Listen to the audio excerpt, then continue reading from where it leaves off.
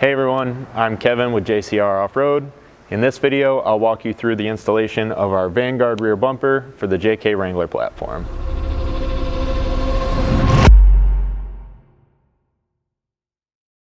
So as you guys are obviously going to be able to see here, our Jeep is already partially disassembled. Now you're going to need to start by getting your factory bumper removed and getting down to this point before you can begin your install. Now the reason for that is because this vehicle has already been equipped with the previous version of our rear bumper, and we're just updating this to the new one.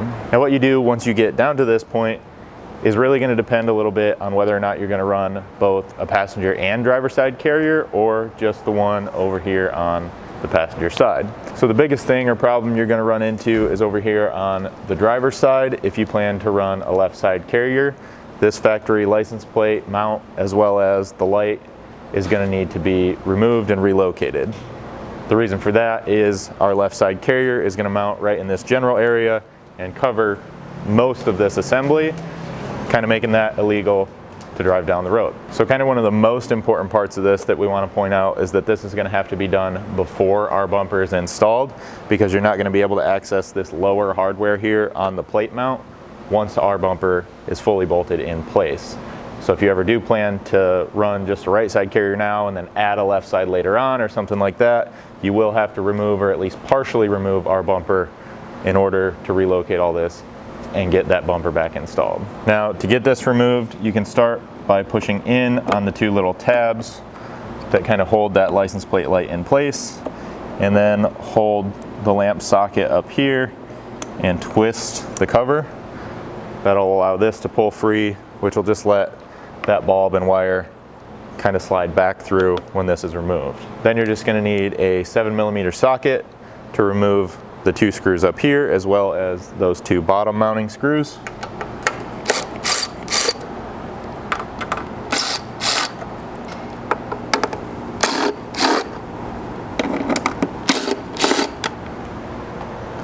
And then this should pull free from the vehicle. Once you have this loose from the vehicle, be careful not to pull too hard because you are still attached with a wire harness here. In order to access the clip to fully remove that, you're going to need a small flat screwdriver. There's a tab in here that you can come just pry on a little bit, and that will let this harness connection slide out enough that you can get to the thumb tab portion here to get this disconnected. Next, you'll need to remove the taillight assembly up here, and that's so that we can tie in our wiring for the new third brake light that'll be mounted up on your tire carrier. For that, you just need a Phillips screwdriver or a Phillips bit on an impact or drill like I have here. You're going to be pulling these two longer inside screws. Now with those screws removed, you should be able to pull this entire assembly kind of back and just a little bit out to the side. And then just like down here, you want to make sure not to pull too far because this is still attached with the wire harness here to the vehicle. Now in order to get this completely removed, you're going to have a couple wire harness connections here to deal with. This bottom one doesn't actually have to be disconnected at this time. It just has to be freed up from its clip holding it to the taillight assembly. And then the top one here just has a similar thumb style tab to the bottom that you can press in and slide that apart, allowing you to set this taillight off to the side. Now at this point, I do just want to point out that the JK we're working on is equipped with a aftermarket trailer. Now a little side note, I do just want to point out that the JK we're working on here is equipped with this aftermarket plug and play style trailer wiring harness connection, so yours may or may not have those. What you're going to be looking for from this point on and working with is the main factory taillight wire harness plug up here, and that's what you're going to have to tie into to get your brake light power. And then down here for your license plate light, you'll be cutting and tying into these, and then we'll route all three of those wires out to the tire carrier assembly. So we're going to provide you with a red, a white, and a black wire. You can kind of tie these in however you want as far as which wire you use for what, or you can just follow along with how I do this here and kind of how we're going to recommend it to just help keep track of these as you route it out to your new lights. So down here on the license plate light, for example, your factory wire harness has a black ground wire and then what looks to be a white and purple wire. So for these two, I'm just going to use the black and white wire that we provide and kind of know the whole time that white and black is the license plate light. And then when you come up here to this top harness where you're going to tie in for the third brake light power, I'm going to be using just the one red hot wire for that, coming from and tying into the white wire with a green stripe here at this plug. So I'll just start down here with the license plate light harness. I'm going to actually push this back through the factory routing hole there, pull it up here and gain a lot of slack, and then we can go ahead and cut these off, throw that connector off to the side, or really throw it away. You shouldn't need it anymore. And then you may have to peel back or cut back some of this tape and loom just to gain a little bit more access to these wires.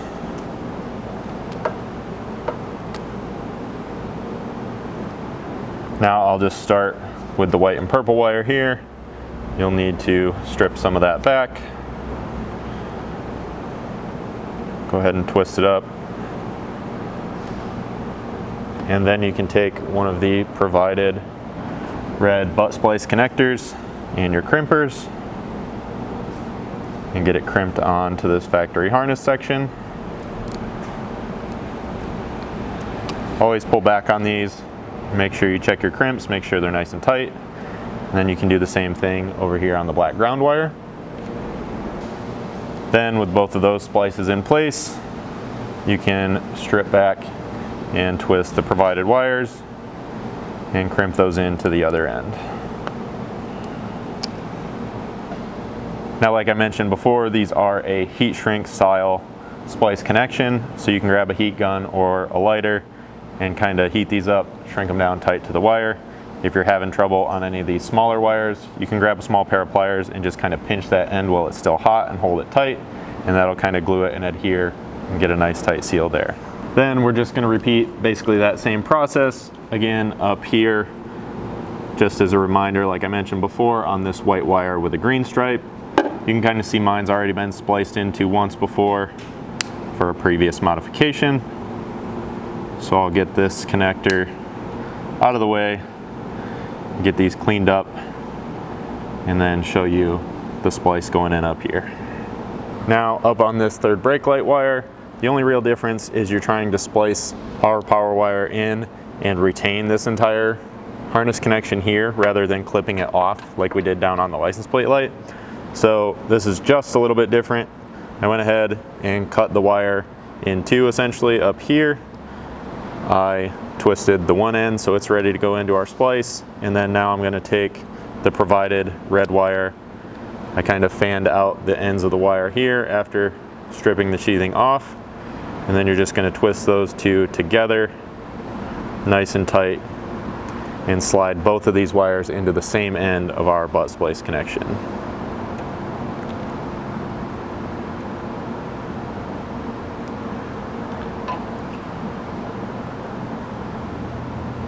Get those in, crimp it, and then as always,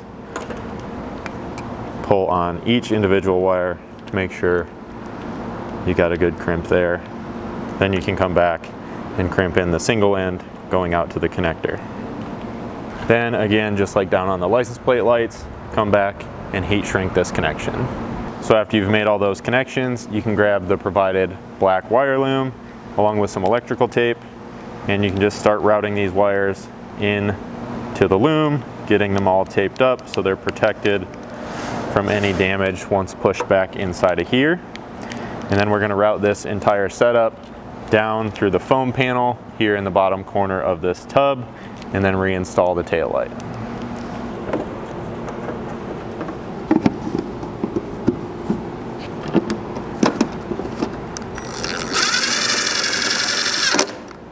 After that, you can begin at least loosely routing this wiring for now.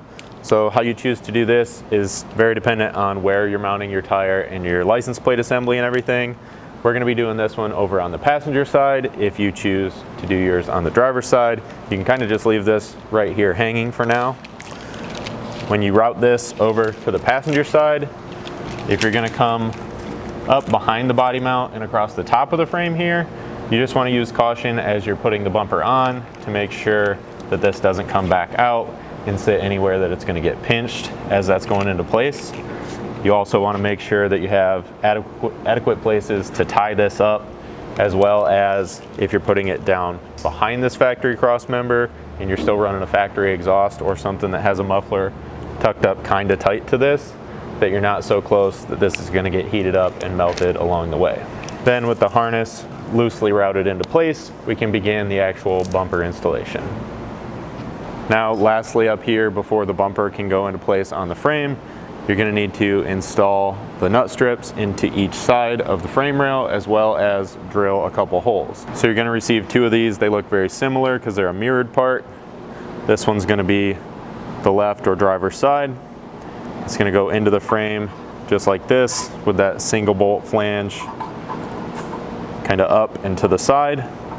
It'll line up with a factory hole in the frame here as well as here, and then the front hole that corresponds with this location on the nut strip is the one you're going to have to drill.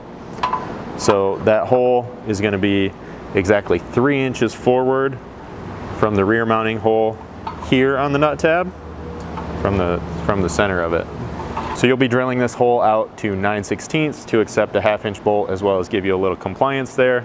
That hole location is going to be exactly 3 inches forward from the center of this rear mounting hole on the bottom. And we are going to have a template for this in the install doc on our website. Now again, on this vehicle, since this already had an aftermarket bumper installed, these have already been drilled, so I'm not going to be able to actually show you that drilling process at this time. Next, with the vehicle pretty much ready to go, you can grab the bumper, and the one thing you're going to want to be sure to do here before it goes on the vehicle is install any LED pod lights that you're going to be running. So that's pretty simple. There's a light mounting tab here on the inside of the bumper. You're just going to need to play with the height adjustment with your particular manufacturer's light and bracket. You can get those in place down there, get them lined up and tighten them down.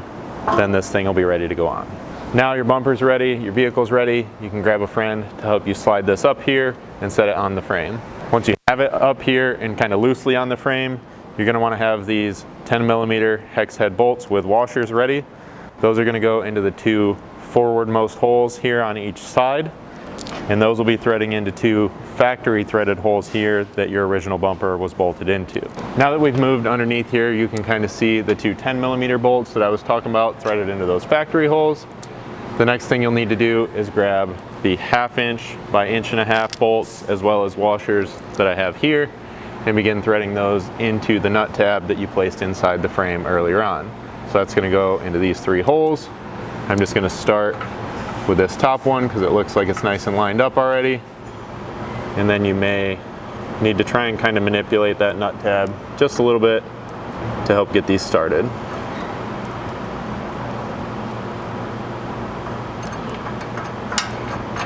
Once you have at least one started, you'll kind of be able to move this tab around a little bit better to get these bottom 2 in.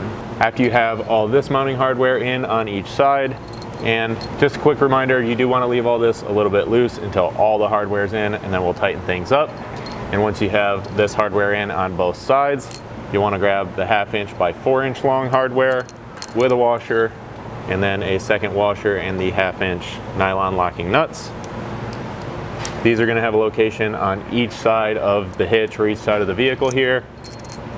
You're going to pass this up through the bottom mounting tab, through that rear side to side cross member, and then place the nut and washer up top and get that started as well.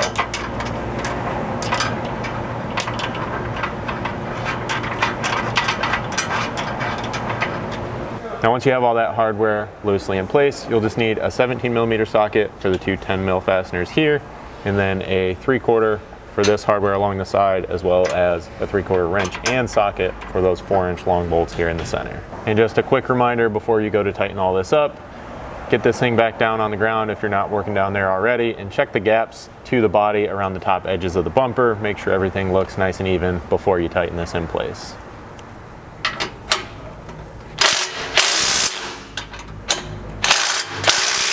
Now we can install the center filler plate.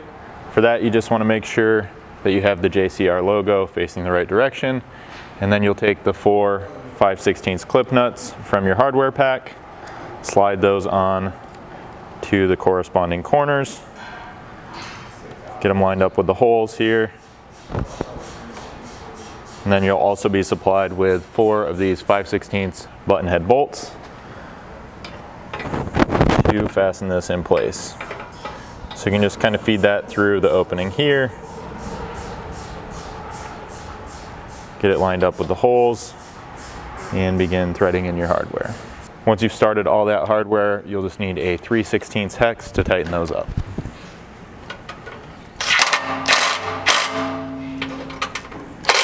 Next, we'll be installing the tailgate cover plate. This should just line up with these 4 bolt holes, and this will reinstall using the original factory hardware from the tire mount. To tighten those up, you'll just need a 13mm socket.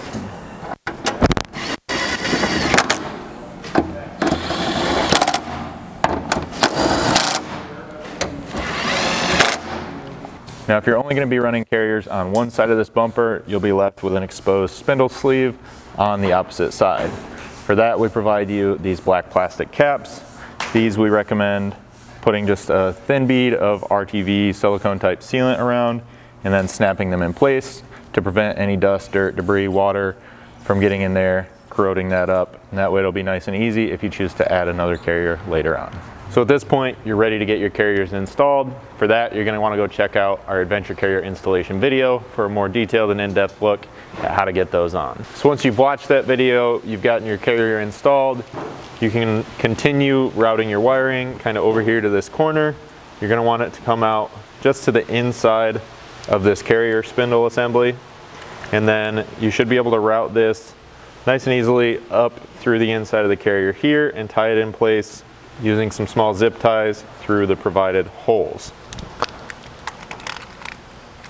You kind of want to work this all the way up here and out through this opening, and then we'll feed it out through one of these back cutouts and through the tire to the license plate mount. You'll want to make sure as you're tying this in place that you have enough slack here to swing this fully open as well as closed. Check that, make sure it's not going to pinch the wire or anything there. Now you can swing your carrier closed and get your wire routed up through here, through the center of your tire mount, and you'll kind of have your excess hanging like this. Once you've done that, you'll want to assemble your license plate and third brake light mount. So that's going to consist of the main license plate frame, the mounting bracket, followed by the third brake light mount. This is all going to assemble with the provided 1/4-20 button head fasteners, and then you can get the lights installed. So after you've done that, you can connect all your wiring here. You can push your additional slack back inside of the tire, and then you can install this entire assembly over the top of the carrier side mounting bracket. Then you'll bolt this in place using the provided 3/8 carriage bolt, lock washer, and wing nut. Now you just want to check and make sure those lights are working properly, tie up any wiring as needed, and your install is complete. So if you guys have any questions about this installation or any other JCR product, feel free to reach out to us. You can email us at info@jcroffroad.com or give us a call at 269-353-1184.